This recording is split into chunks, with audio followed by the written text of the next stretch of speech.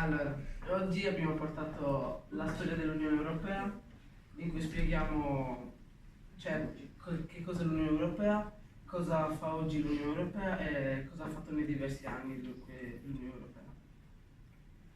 Allora, oggi per noi l'Unione Europea appunto ci aiuta soprattutto per il fattore dei viaggi, dei cellulari perché la connessione è per tutta la nazione e poi anche se ad esempio dovesse succedere se ci sentiamo male, comunque lì abbiamo gli ospedali che appunto ci aiutano in tal caso c'è successo qualcosa.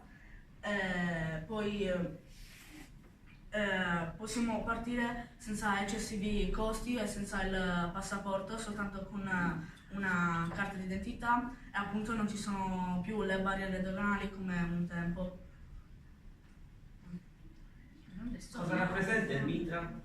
Allora, il mitra praticamente l'abbiamo fatto perché il ferro, prima il ferro veniva utilizzato soprattutto per l'industria bellica, appunto per fare le armi, che in quel periodo servivano sia per la prima guerra mondiale che poi dopo per la seconda guerra mondiale. Quindi rimando alle origini dell'Unione Europea. Va bene, aggiungere altro?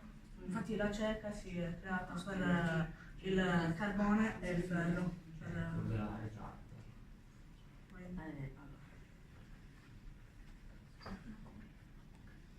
L'UE venne creata allo scopo di mettere fine alle guerre frequenti tra i paesi negli anni 50.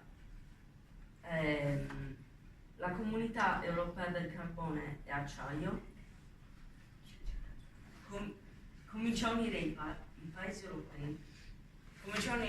europei sul piano politico e economico per garantire una pace duratura. I sei fondatori dell'UE furono il Belgio, l'Italia, la Francia, la Germania, i Paesi Bassi, Lussemburgo. Va bene, bravi, grazie.